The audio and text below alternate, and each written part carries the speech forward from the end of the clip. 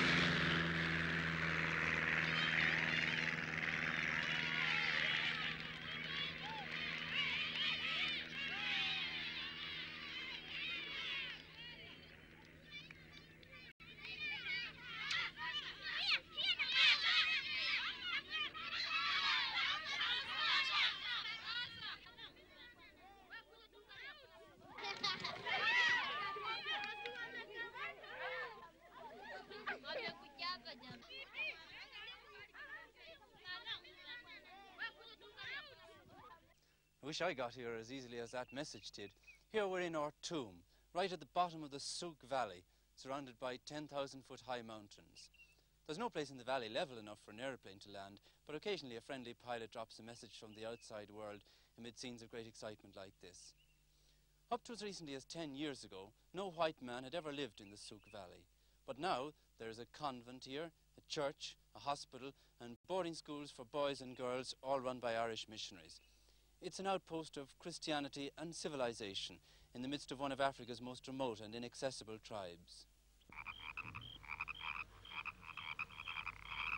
The Souk Valley, or West Pokot as it's officially called, is really a whole series of valleys that covers a vast tract of territory in northwest Kenya. It's the home of the Pokot tribe, who may number 50,000 or 80,000 or even 100,000. No one has ever succeeded in counting them. They wander freely through their rugged country in search of grazing for their cattle and goats, which are their only form of wealth. They usually travel in small family groups, and it's only on the rare occasion of a cattle auction that you see them gathered together in any kind of large numbers.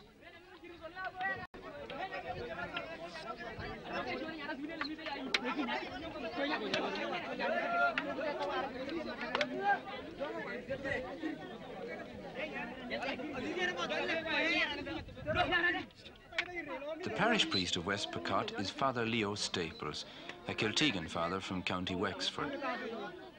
When he first came here 10 years ago, he was the first white man who had ever lived in the valley. He sees more of his parishioners on auction day than he does during all the rest of the year. Today, they're here in their thousands. By tomorrow, they'll have melted back again into the mountain valleys with their families and herds. The auction is sponsored by the government in an effort to reduce the number of cattle in the area, since the traditional grazing grounds have been badly affected by drought and can no longer provide all the food that is needed. The Pokot people are not altogether enthusiastic about these auctions. They're not used to handling money, and they're not convinced that a few pieces of paper is a fair exchange for a good cow. Moreover, they don't fully trust the buyers from the highlands, men who belong to other tribes, men who speak other languages, who wear coats and shirts and trousers just like foreigners.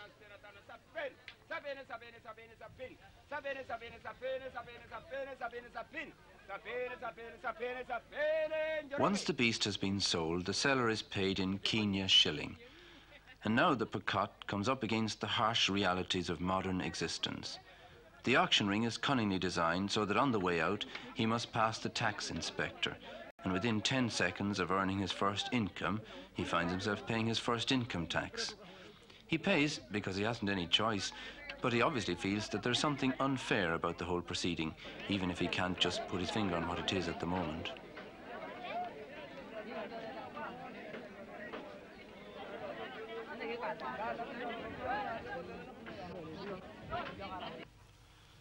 The mission at Ortoom is less than half a mile from the auction ground, and it's almost as busy in its own way.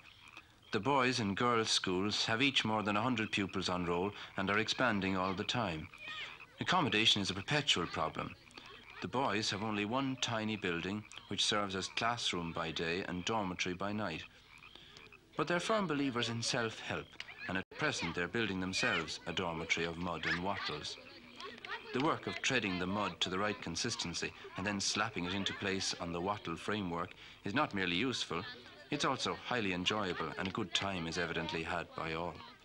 Almost all these boys are Christians. They're usually only a short time at school before they start asking for baptism and are placed under instruction. Their parents raise no objection, and indeed are usually quite pleased, but they're very, very slow to accept Christianity themselves. The accommodation at the girls' school is on the whole rather better than the boys', and the girls themselves look very neat and well cared for in their trim uniforms of blue and white. The girls are very anxious to wear European clothes and lay aside the skins, beads and heavy earrings normally worn by Pokot women. Some of those who had their ears pierced in 5 places for the 5 traditional earrings have gone to the hospital and had the holes sewn up again. The headmistress of the girls' school is Sister Aloysia, and she's got big ambitions for the school in Souk Valley.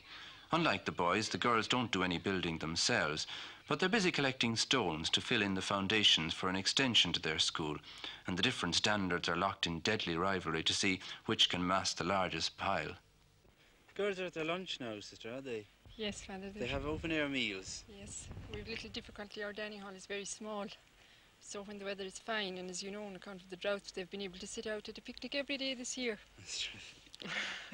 Sister, why do you have boarding school here rather than day schools? Well, you see, Father, the Pokot women do not like sending their children to school, as you have noticed, I'm sure, since you came. And a lot of the children in this school are from their different tribes. We have Bukusa and Kikuyu and Maasai. So you're not really touching on the Pokot so much, are you not? Well, we have a few, Father, and we're trying to encourage them, but it's very difficult. What's the problem? Why don't they want them educated? Well, I think it's just that they're still very backward, Father. The women don't want their little girls to come to school. Of course, they mind the goats. They have a lot of work like that to do at home, and they're not interested. They're really not interested in education. But we're hoping that through the boys' boarding school and the girls' boarding school, eventually we'll be able to build up the Christian family, because some of the girls, when they leave school, those that have come up to the top classes, they have actually, there are 1 or 2 now that have become 2nd and 3rd wives. They have no Catholic gentlemen to marry. I know. Well, does that mean a complete breakaway from the church then? Well, it doesn't, Father. A lot of them come back, the girls that go off like that. And they have. I suppose it's hard enough for them, the first generation anyway. It's very difficult, Father. They have even things that we don't know about at all, I suppose. Yeah. Those that keep good and do live the Christian life, they're really heroic. Yeah. Sister, how satisfying do you find working here in Ortoom as a missionary? Oh, this is marvellous, Father. It's just my idea now of what the missions were going to be. Yes. I think it's Ortoom is really, I have been in a few places even in West Africa and here, and I think Ortoom is a real challenge. Why? Because they're so even though Father and the sisters are here for 10 years, Father, you can see that still there's an amount to be done for the church. You may look around and you may think there aren't many people. There are. Even the auction would show you there are thousands and thousands of people around. And there are so few of them have come into the church. Well, does it depress you that so few have, in fact? Missionaries don't get depressed, Father. If you're a soul of depression, you better take to the heels. In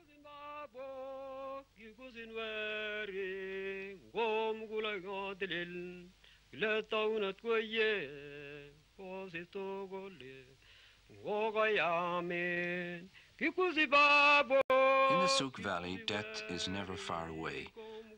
Most Pokot babies die soon after birth, and those that survive rarely reach a ripe old age. The people have a great fear of death, and when one of the family dies, the others run away at once and leave the body to be eaten by wild beasts. Among the chief causes of death are TB, malaria, dysentery, and Kala-Azar, all of them complicated by malnutrition. It was to fight these diseases that the Holy Rosary Sisters from Killeshandra came to the valley in 1956, only a few months after Father Staples himself. At present there are 3 nuns in the little convent in Ortoom, and the superior is Mother Rosa, who also acts as matron of the hospital and chief mourner at all the funerals that take place here.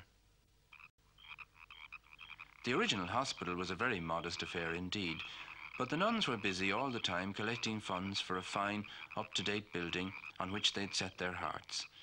Their new hospital meets most of their requirements, except that it's always overcrowded.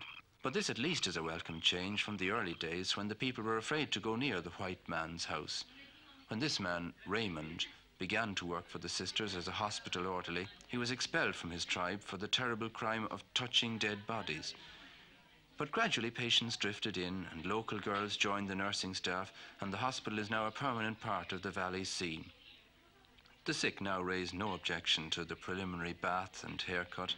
They put on the coloured nightshirt, drink the white man's medicine, and sleep in the white man's bed without any visible ill effects. What about these patients out in the veranda here? They're all TB patients, and we have to have them in the veranda because we've no ward for them. Yes. Is it good for them to be out No, here? it's not good for them. The sun here is very strong, and the sun is very bad for them. And then the cold at night, and wild animals can get in at night. We very much would like to have a ward for them. And they're really very sick patients, you know. I know, they look only skin and bone. Yes, they are. Why don't you build a ward for them? Well, we haven't any funds. We're trying to collect funds. And do you get any government help for the hospital? We get very little. The doctor gets a salary, sister doctor gets a salary. We use that for running the hospital. Yes. And the patients can pay very, very little fees. How much so do they pay? About 10 shillings. They pay 10 shillings when they come, and some of them are in about a year. Doesn't even buy the soap to wash them. Yes. I suppose washing must be a very big problem here. Oh, the washing is one of the biggest problems because the people are not, they're not used to wearing clothes. They wear skins and they dirty their clothes very much. Yes. Now, our water situation is very bad at the moment, and the men we get to do washing never washed a stitch in their life. So we have a lot of trouble like that. We would really love to have a washing machine, put in the things and get them washed clean. How do you manage with these mud caps? Do they have to take off the mud caps when they come into hospital? We cut that off. We try to get it off. In the beginning there was a lot of, they wouldn't let us do it, but now they're beginning to realise, they're beginning to learn a little bit of hygiene. I think we're teaching them that. Yeah. So, who's this lady here? That's Jem. She's an orphan. Kifungua. She's an orphan. She was brought into us. Our mother died at home, and she was brought into us. Akuna, Jem? Gwenda. And she lives here in the She stays with us, yes. Well, are you going to have to pay for her we have upkeep? to support her and everything. So there's some people in Ireland have sent us some donations for the orphans. The doctor, Sister de Paul, is the third and last member of the community. As well as working in the hospital, she makes regular medical safaris to the furthest ends of the valley in the hospital Land Rover. Father Staples leads the way in the other Land Rover because the road is a treacherous one and is often blocked by floods or landslides.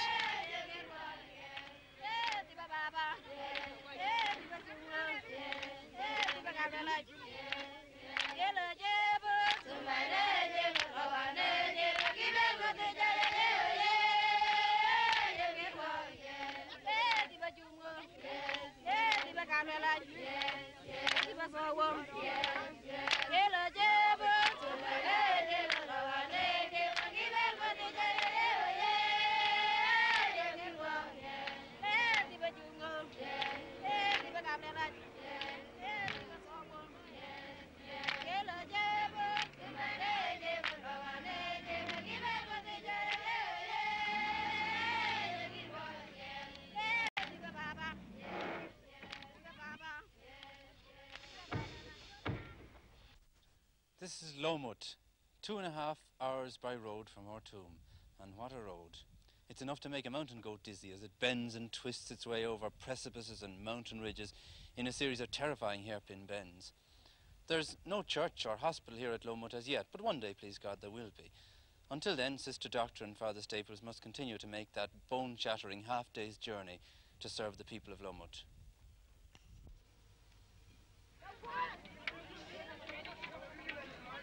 Father Staples has many friends in Lomut, and they show their pleasure at seeing him by shaking hands in the Picot fashion. When he first came to the valley, he knew not one word of the local language, and there were no books to help him. But years of patient study have made him completely fluent, and he's even succeeded in translating the prayers of the Mass and the Sunday Gospels into Picot.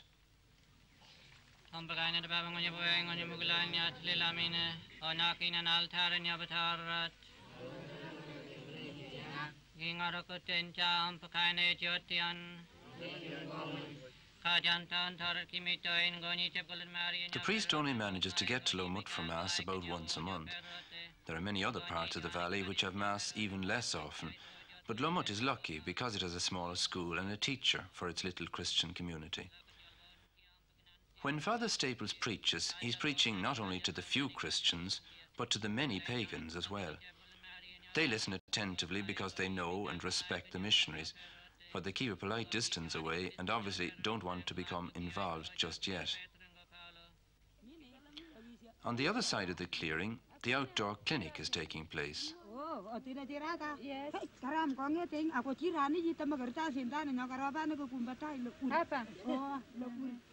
A small folding table has been set up in the shade of a large tree, and this is Sister Doctor's consulting room, where she examines a long succession of patients and writes out the appropriate prescription for each case. The prescriptions are brought over to the back of the hospital Land Rover, where the medical supplies are kept. Usually the nurses take charge of the dispensing, but today Sister Doctor has an unexpected assistant in the person of Sister Oliver, who has just arrived for a few days' holiday in the valley. Medicine, which has to be taken a number of times a day over a certain period, presents a problem for the Picot, as they believe in finishing off a bottle as soon as they get it home. For that reason, Sister Doctor prefers to prescribe medicines and treatments that can be administered on the spot. May I disturb you, Sister? Excuse me. Yes, Father. You're very busy today. Is it always as busy as this? Yes, usually we have a big number here in Lomut, Father. How many would you see in a day? About 170, Father, I think. It will come to about that today, but we have over 200 some days. Do you? Yes. It must be pretty tiring at the end of a day, having driven 2.5 hours journey by road, if you can call it a road. Well, you get used to it, Father, you certainly do. And as you see, with such big numbers, we don't have time to do complete examination. We just try to see quickly what is the matter and then write the treatment. Well, it's rather hit and miss, is it then? Well, to a large extent, you can see very quickly what is the matter with the patient. So many of them have eye infections. It is the commonest disease here in West Picot. And then we have the skin diseases like scabies and things which are very, very obvious and which we can see very, very quickly. This greasing of the hair, does that cause the skin diseases? It doesn't look very hygienic anyway. It is not hygienic, Father, but not necessarily causing skin disease. They can have lice and that sort of thing in the head, all right. What about these mud packs that the men wear with the feathers in them? They must be a breeding ground for all sorts of creepy crawlies. Oh, they are indeed. They have special holes, in fact, in those mud caps. To let them out? To let them out. That sounds tremendous. Sister, what about the children? A lot of them seem to be bringing children along to you. Yes, we have the most patients that we have any day, any place are children, because the mothers know very, very, very little on how to look after even a newborn child. You will find that very many mothers who come, they will say they've had 9 pregnancies and maybe 2 children are alive, and many of them die of pneumonia, of exposure in the first week of life. So we try always to advise the mothers to look at to keep the children covered. That is a very important thing, because even though we have warm weather today, it's cold at night time and they still have no clothes to wrap the children in. I noticed them over at the Land Rover getting injections. They seem to be terrifically tough. You didn't see a flicker on their faces when the needle is stuck in. Oh yes, they love injections, Father. If they don't get an injection, they feel, well, doctor hasn't given them any good medicine today. So with most of them, I give them an injection, either penicillin, which is going to help their infection, or if they haven't really got any very bad infection, well, then I give them a vitamin injection, which certainly will help them. But they must have the injection, otherwise, what's happening with them? Sister, I won't disturb you. You have plenty to do. Thanks very much. Father Staples has one more task to do before he leaves Lomut. A baby, which was born since his last visit here, is brought for baptism.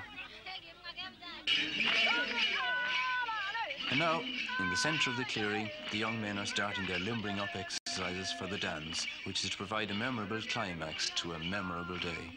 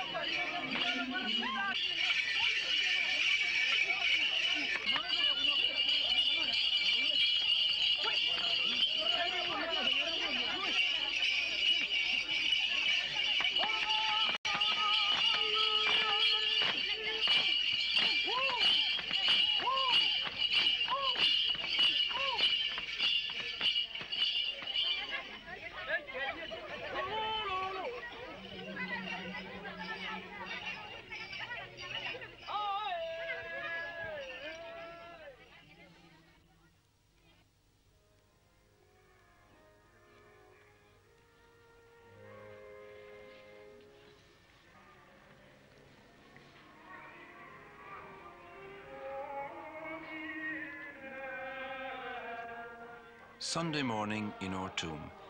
Mass begins with the Asperge ceremony and the blessing of the church and congregation.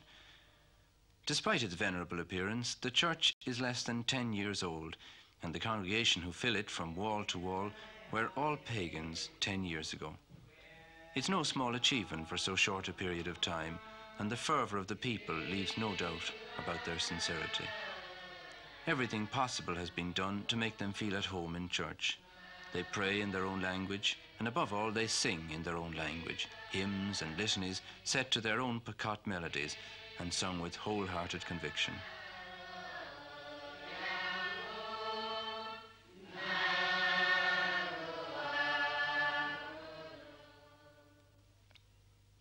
On any Sunday morning, the congregation in our tomb will include local Christians, boys and girls from the schools, nurses and patients from the hospital.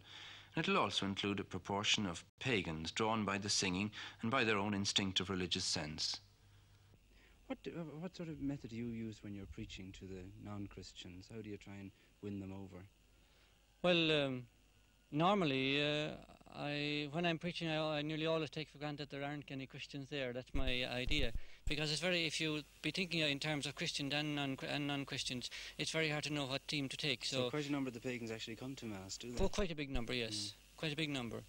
And when I'm preaching them, I nearly always, I go in for parables in a very big way. Something that they will understand, like fires burning in their gardens, their goats, grass, and planting the seed, and mothers feeding their baby, like...